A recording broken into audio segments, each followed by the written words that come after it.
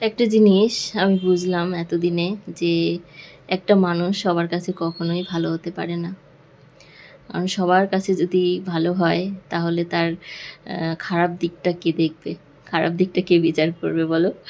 তো একটা মানুষ তো আর সব কিছুতে এমন না যে সে সব কিছুতে পারদর্শী হয়। যে তাকে অন্য কেউ খারাপ বলতেই পারবে না, তেমনটা তো নয়, তাই না? তো কেউ না কেউ তাকে খারাপ বলবে, আবার কেউ তাকে ভালোবেসে বুকে টেনে নেবে। কারণ সবার পছন্দটা কিন্তু একদম তার নিজস্ব ব্যক্তিগত, সেটা ভালো হোক বা খারাপ। তো যাই হোক, দেখো আজকে আমার সকাল থেকে সকালের ভিডিও তো তোমাদের সঙ্গে শেয়ার করেছি। তো দুপুরবেলা কি রান্না হয়েছে সেটাই আজকে তোমাদের সঙ্গে শেয়ার করছি। আর দুপুর থেকে বিকাল পর্যন্ত আবার রাতে অন্য কিছু হবে, রাতেরটা না হয় কালকে সবাই দেখো।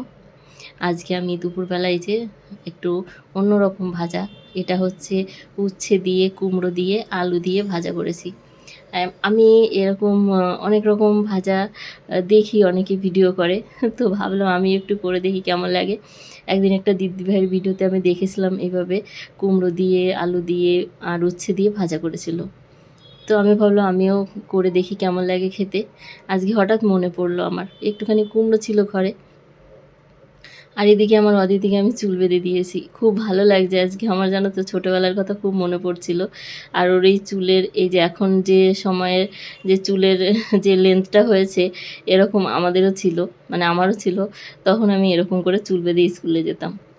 আর সেই দিনটা আমার খুব আজকে মনে পড়ছিল, তাই ওকে আজকে এইভাবে চুল বেঁধে দিয়েছি। তো গানের ক্লাস থেকে এসে সকালের খাবারটাই খাচ্ছে, দুপুরবেলায় এসছে বাড়িতে 1টার দিকে। আর তখন আমি রান্না করে পারিনি, কারণ অনেকটা কাজ থাকে, বাড়ির কাজ করে তারপরে দুপুরে রান্নাবান্না, তারপরে এই সব এনে পরিষ্কার করা। দোকান থেকে কেটেই নিয়ে আসে, তারপরও বাড়িতে এনে পরিষ্কার করতে হয়। তো আজকে আমি একটু চিকেন রান্না করেছি, মানে দেশি চিকেন, আর তার সঙ্গে একটুখানি লেগ আছে, মানে লেগ পিস ছোট ছোট, আর আছে এর সঙ্গে গিলে মেটে সব অল্প অল্প করে নিয়ে এসে সব একসঙ্গে রান্না করব। এরকম খেতে খুব ভালো লাগে, একদিন খেয়ে দেখবে। শুধু সলিড মাংস না খেয়ে এরকম সব রকম মিশিয়ে রান্না করলে খুব ভালো লাগে খেতে। তো আজকে রান্নার ভিডিওটা তোমাদের সঙ্গে শেয়ার করতে পারলাম না, অন্য আরেকদিন শেয়ার করব। তো আজকে একটু তাড়াহুড়োতেই ছিলাম। আর তারপরে অদিতি বাড়িতে এসে বলছে, মা আমার খুব খিদে পেয়েছে, তুমি তাড়াতাড়ি রান্না করো।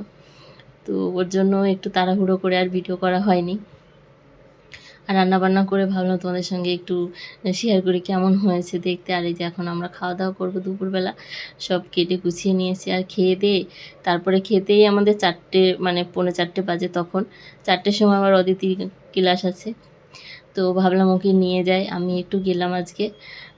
সবসময় বাড়িতে থাকতে তো ভালো লাগে না, মাঝে মধ্যে একটু বাইরে বেরোতেও ইচ্ছা করে। আর এইখানটা আসলে না মনটা ভালো হয়ে যায়, এত সুন্দর কি বলবো, সাইডে পুকুরের ধারে এত সুন্দর হাওয়া আসে। আর তারপরে মানে কি বলবো, এত সুন্দর পাখির ডাক শুনতে পাওয়া যায়, মনটা ভালো হয়ে যায়। তো এখানে বেশ 1-1.5 ঘন্টা কাটিয়ে তারপরে বাড়িতে যাব। আর আমার মেয়ে কেমন প্র্যাকটিস করছে সেটাই ভাবলাম তোমাদের সঙ্গে আজকে একটু শেয়ার করি। তো তোমরা দেখো এই যে প্র্যাকটিস করছে, তো ওর টিচারও আছে এখানে। তো টিচার বলছে একটু প্র্যাকটিস করো, তারপর টিচার দেখবে কেমন পারে অদিতি। তো আমার ভিডিওগুলো তোমাদের কেমন লাগে অবশ্যই কমেন্টে জানিও, ভালো লাগলে একটা লাইক করে দিও, আর কমেন্ট করে কমেন্ট করো। আর অবশ্যই বন্ধুদের সঙ্গে শেয়ার করো, যারা আমার ভিডিও দেখছো অথচ এখনও ফলো করোনি, অবশ্যই ফলো করো। আর যারা ইউটিউব থেকে দেখছো অবশ্যই সাবস্ক্রাইব করো।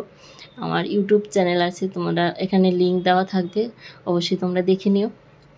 আর কি বলবো, সবাইকে অসংখ্য অসংখ্য ধন্যবাদ জানাই। সবাই ভালো থেকো, সুস্থ থেকো। আজ তবে আসি, দেখা একটা নতুন ভিডিওতে। টাটা।